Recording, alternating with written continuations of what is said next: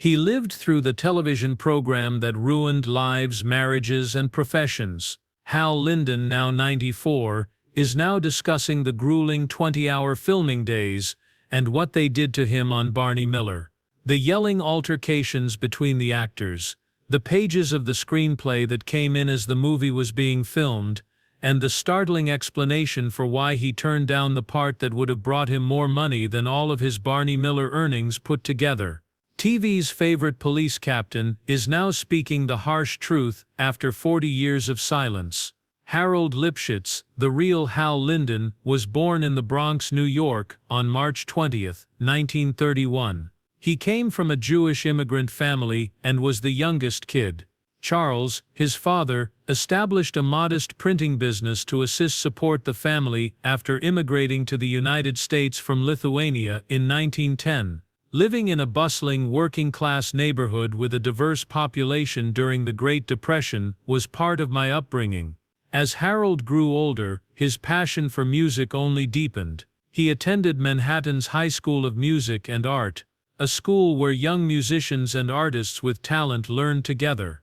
While still a teenager, he began playing with symphonic orchestras after falling in love with the clarinet there and becoming quite proficient. Later on, he also learned to play the saxophone and gained recognition for his musical abilities. He attended Queens College to study music after high school, but he quickly changed his major to commerce at City College of New York. He reasoned that understanding the entertainment industry would benefit him in the long term.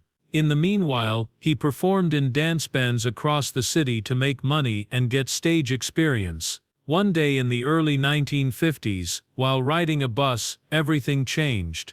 On a water tower in New Jersey, Harold noticed a sign that said, Linden, when he was traveling from Philadelphia to New York. Since Harold Lipschitz didn't seem to fit in with the entertainment industry, he had previously considered changing his name. The answer came to him during that bus journey. He enjoyed Linden's clear, straightforward voice.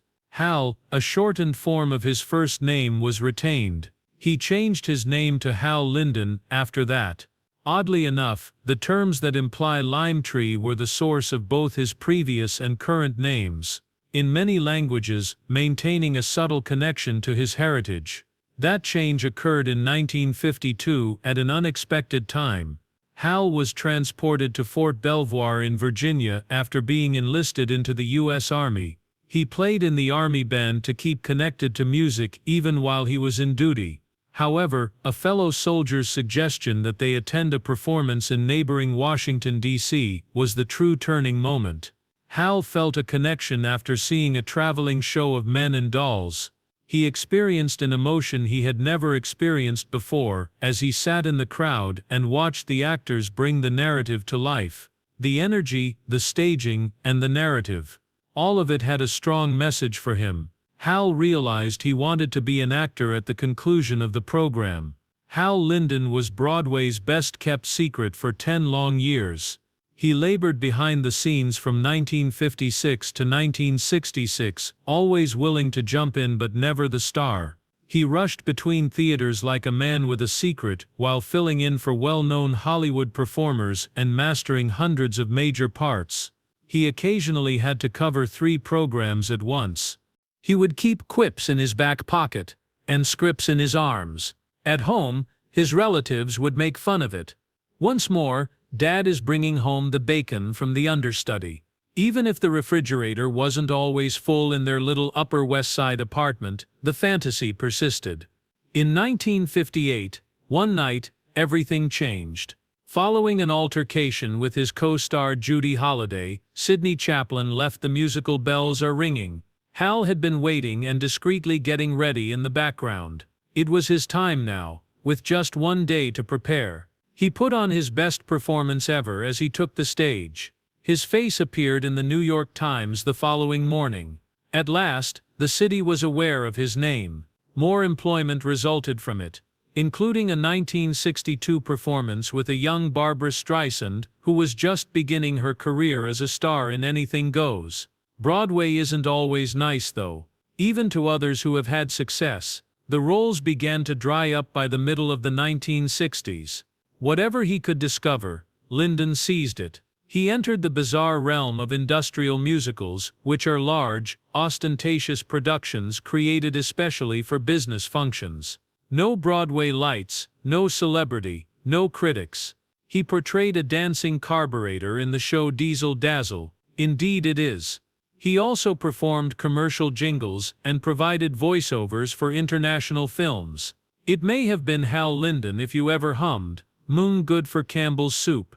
Then came 1971. Linden was chosen to play Mayor Rothschild in a new musical about the well-known banking family, after years of battling for the role.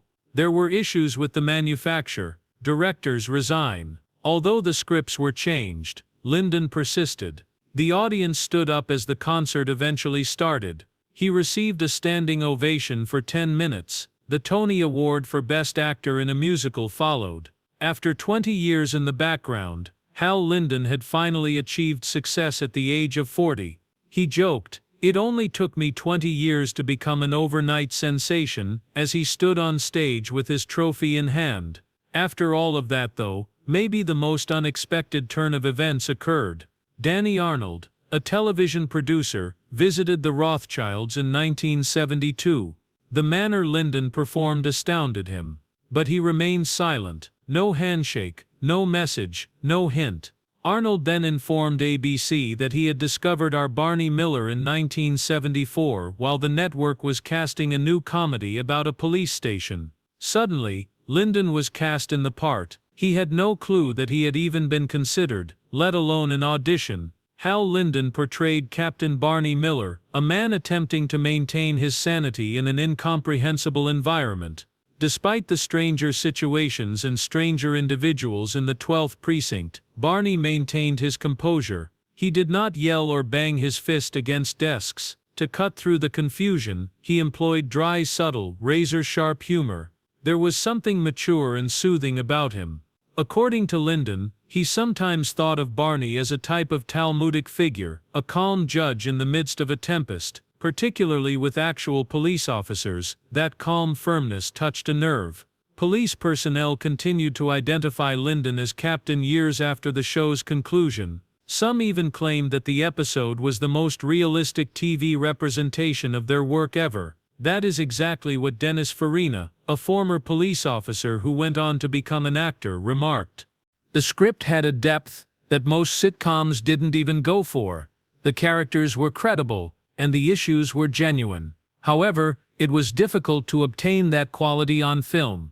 Behind the scenes, the show was an absolute disaster. The majority of sitcoms were shot on a single evening in front of a live audience. Not Barney Miller. 2 grueling days of filming were required, since Danny Arnold was a perfectionist, and the second day lasted far past midnight. On occasion, cast members would begin in the morning and finish as the sun rose the next day. Minutes before filming began, new script sheets were distributed. At times when they began firing, they had no end in sight. Although tiring, it was effective. There was just one rule for Arnold. It is imperative that the characters never break for the sake of a comedy.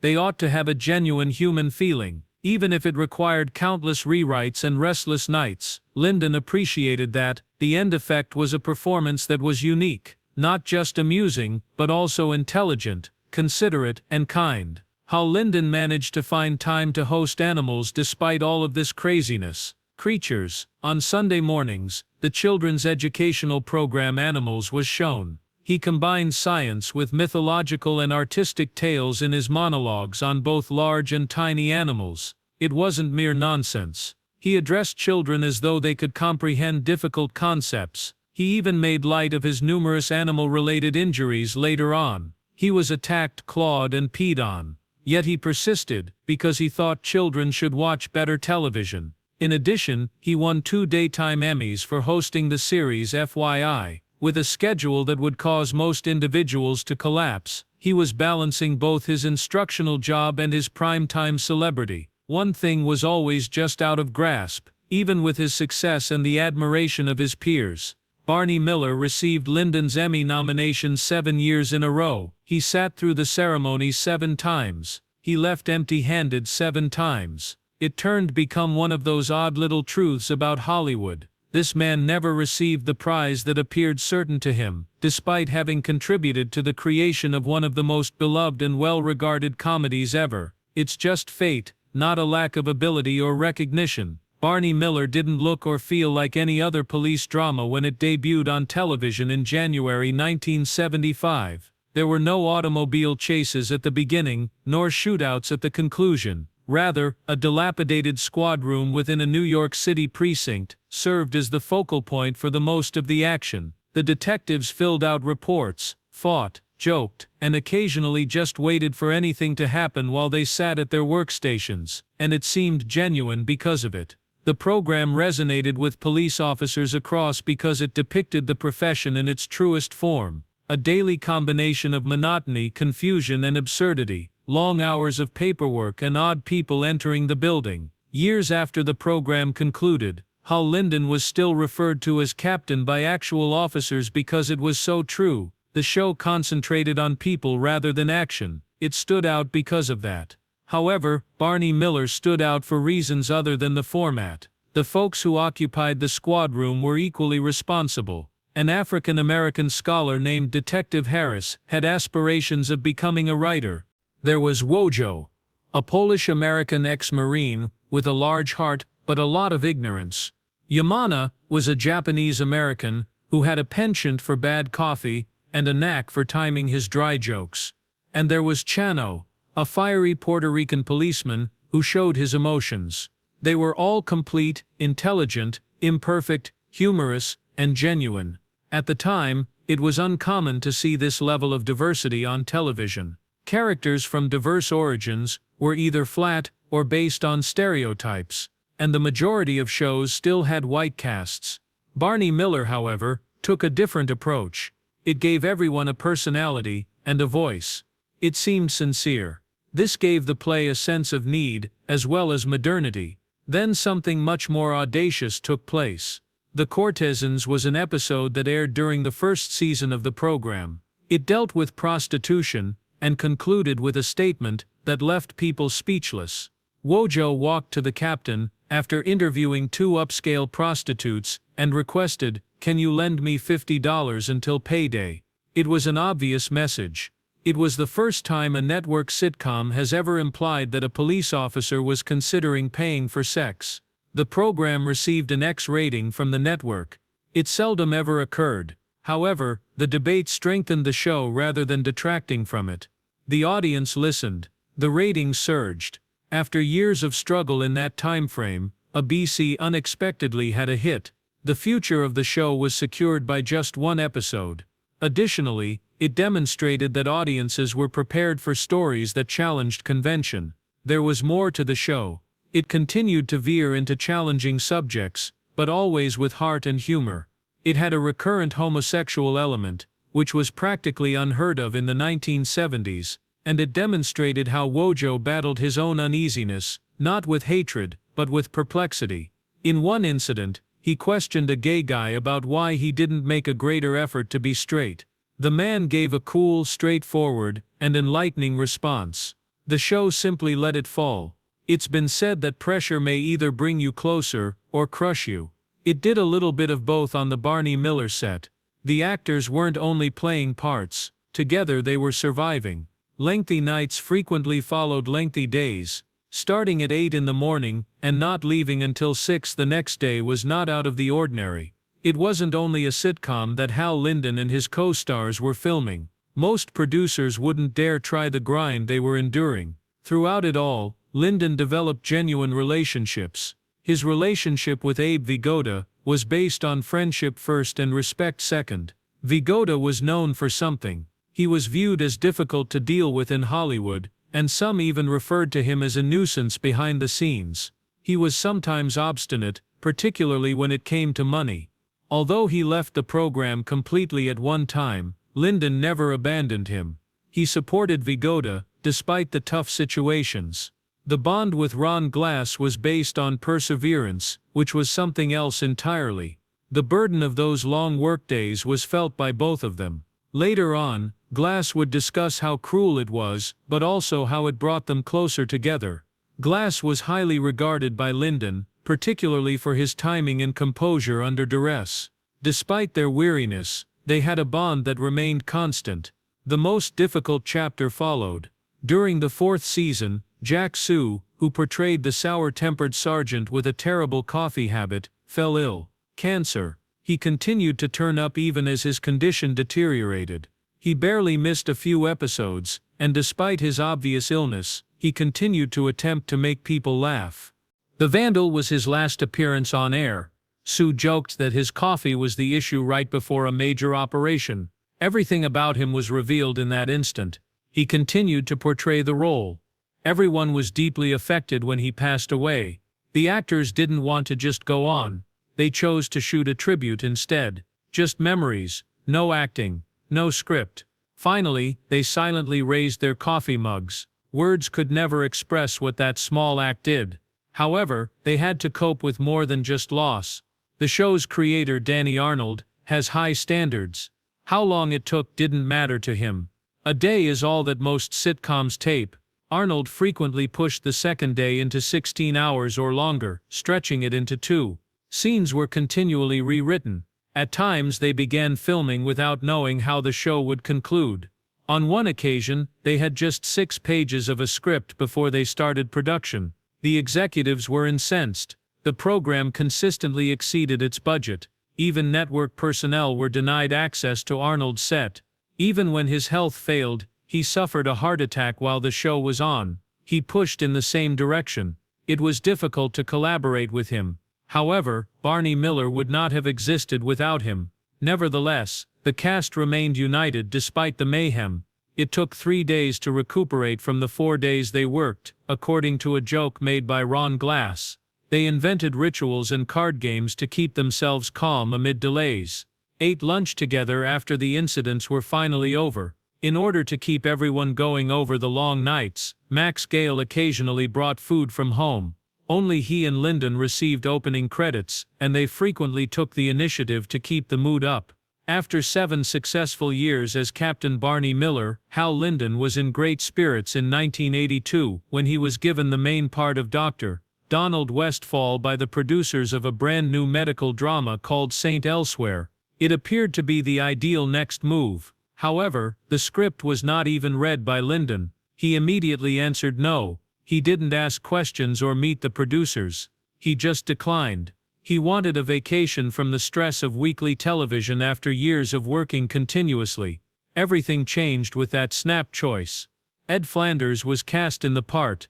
They contributed to the success of the program and received 3 Emmy nominations. As one of the most talked about television shows of the decade, Saint Elsewhere helped young performers like Howie Mandel and Denzel Washington establish their careers. In retrospect, Linden acknowledged that he could have lost out on something significant, but he remained steadfast in his decision. Rest was more important to him than celebrity at that point in his life. Linden, who had been absent from television for some time, attempted to return. Though nothing stuck, he was keen to find anything that could equal Barney Miller's success. He played a magician who worked with his con artist father, Harry Morgan, to solve murders in the 1986 film Black's Magic. Despite having a nice premise, it failed to gain traction. After 13 episodes, the show was cancelled. In 1992, he made another attempt with Jack's Place. There he performed as a jazz musician at a small eatery with eccentric patrons. There were just 18 episodes in that one. He tried again 2 years later with The Boys Are Back, but the same thing happened. Low ratings, a brief run, and an early termination. Linden continued to look for the ideal project for over 10 years, but television had changed and the enchantment was no longer present. He continued to perform in spite of such setbacks. He was usually on the stage. After more than 30 years away, he made a comeback to Broadway in 2002, at the age of 71. In Cabaret, he portrayed Herschulz, a calm man searching for love, while the world around him turned darker. He gave the role compassion and depth. His performance was praised by critics. It served as a reminder that Linden continued to perform and that his talent had not diminished. He co-starred with Sally Struthers in the Journals of Adam and Eve in 2024 at the age of 93. Linden demonstrated his ability to comfortably retain an audience, as the play examined love, age, and connection. He was witty, empathetic, and smart on stage, even in his 10th decade. He didn't have as successful a cinematic career. He did, however, have a few notable parts.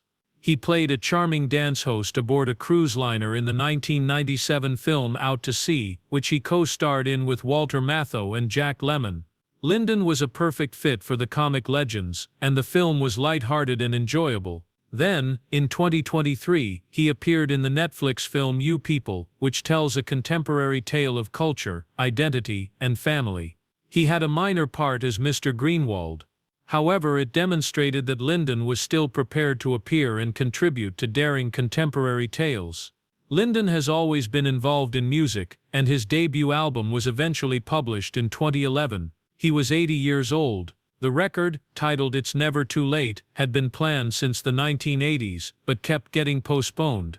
When it was eventually released, Linden's silky voice was prominently included among big band and jazz standards. He then went on to perform live, sometimes doing as many as 28 appearances a year, particularly in the Florida area. He was adored by audiences. The title of the record stated it all. He wasn't done yet. His wife Frances remained a constant in his life despite everything. 3 years after meeting at a summer theatrical show in 1955, they were married. Linden once described their 52-year marriage as tumultuous. Nevertheless, he felt that the hardships only strengthened them. Originally a dancer, Frances sacrificed her profession to raise their 4 children and help Linden through years of precarious employment. He spent 10 years primarily working as an understudy before Barney Miller. Despite the uncertainty and frustration, Frances remained by his side. Linden lost his biggest fan when she died in 2010 at the age of 82. He frequently expressed his appreciation for her and cited their lengthy marriage as one of his greatest accomplishments. It wasn't easy to raise 4 children while filming a popular television program. Linden put in 12–14 hours a day at his job throughout the Barney Miller years. That meant skipping birthdays, family dinners, and school performances. He made an effort to be present when he could, but his work kept dragging him away. Nevertheless, he took sure to maintain contact, and his kids, Amelia, Ian, Jennifer, and Nora, stayed close. He once made a joke about how they still spoke to him and even extended an invitation for him to come visit. He must have done something correctly then. His career had taken a different turn when he decided to go with television instead of Broadway, and he acknowledged that the decision was made hastily without considering the impact it would have on their life. Linden was born Harold Lipschitz, a Jewish immigrant in the Bronx in 1931. As a fervent Zionist, his father contributed to the growth of support for a Jewish state. This rich cultural heritage shaped Linden's outlook on life and his behavior. That impact was evident in Captain Barney Miller, his most well-known figure, calm, fair, wise, and able to handle pressure. Linden continued to support Jewish organizations even while he wasn't on film. He has given to Israeli causes in memory of his parents and served as the spokesperson for the Jewish National Fund since 1997. It had nothing to do with politics for him. It has to do with identity, family, and history. People were captivated by Ron Glass's understated charisma. His close collaborator on Barney Miller, Hal Linden, recalls him with a mixture of pride and regret. Glass died in 2016 at the age of 71. His role was Detective Ron Harris, a slick, intelligent, and occasionally sardonic figure who was constantly working on a book called Blood on the Badge. His addition of refinement to the part was well received. He was quiet, unassuming, and incredibly reflective. Glass shocked everyone by appearing in a completely different character after Barney Miller. In the cult favorite science fiction series Firefly, he was made Shepherd Book. Fans fell in love with him again because of his serene, enigmatic demeanor. Despite its brief existence, Firefly left a lasting impression, particularly when the plot was carried over into the film Serenity. Outside of Glass, he was a kind and quiet man who didn't pursue fame. In addition, he voiced Randy Carmichael in the animated series Rugrats. He transitioned between humor, drama, and animation with ease, without ever sacrificing his calm, collected manner. Conversely, Abe Vigoda became entangled in one of Hollywood's most bizarre and persistent gags.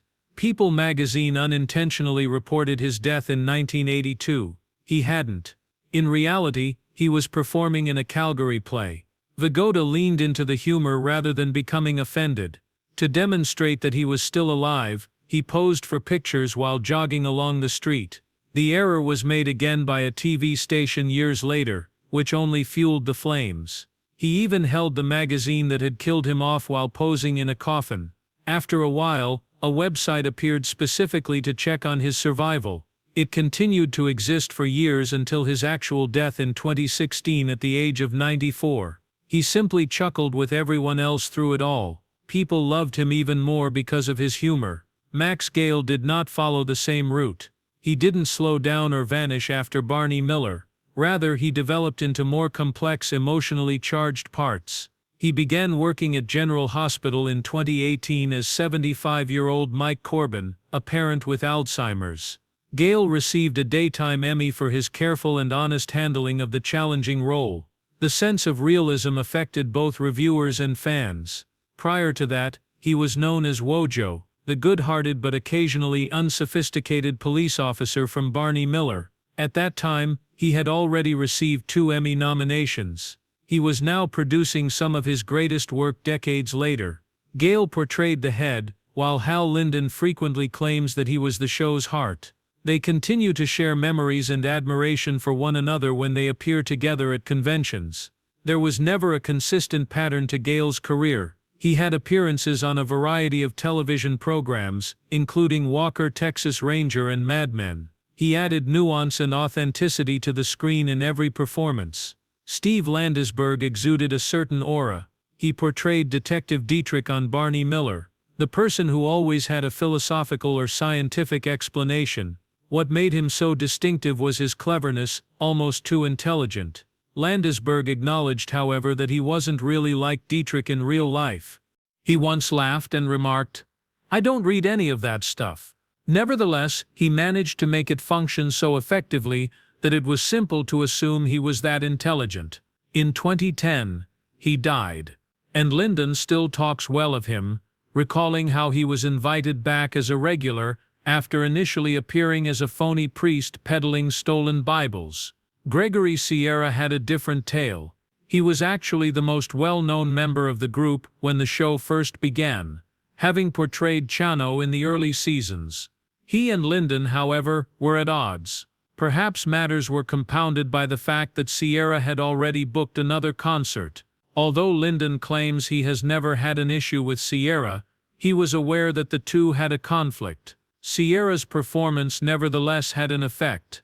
He was born in Spanish Harlem and entered the acting profession practically by chance. He didn't even go to the audition. Although he was only there to help a buddy, he got embraced instead. He battled cancer till his death in 2021.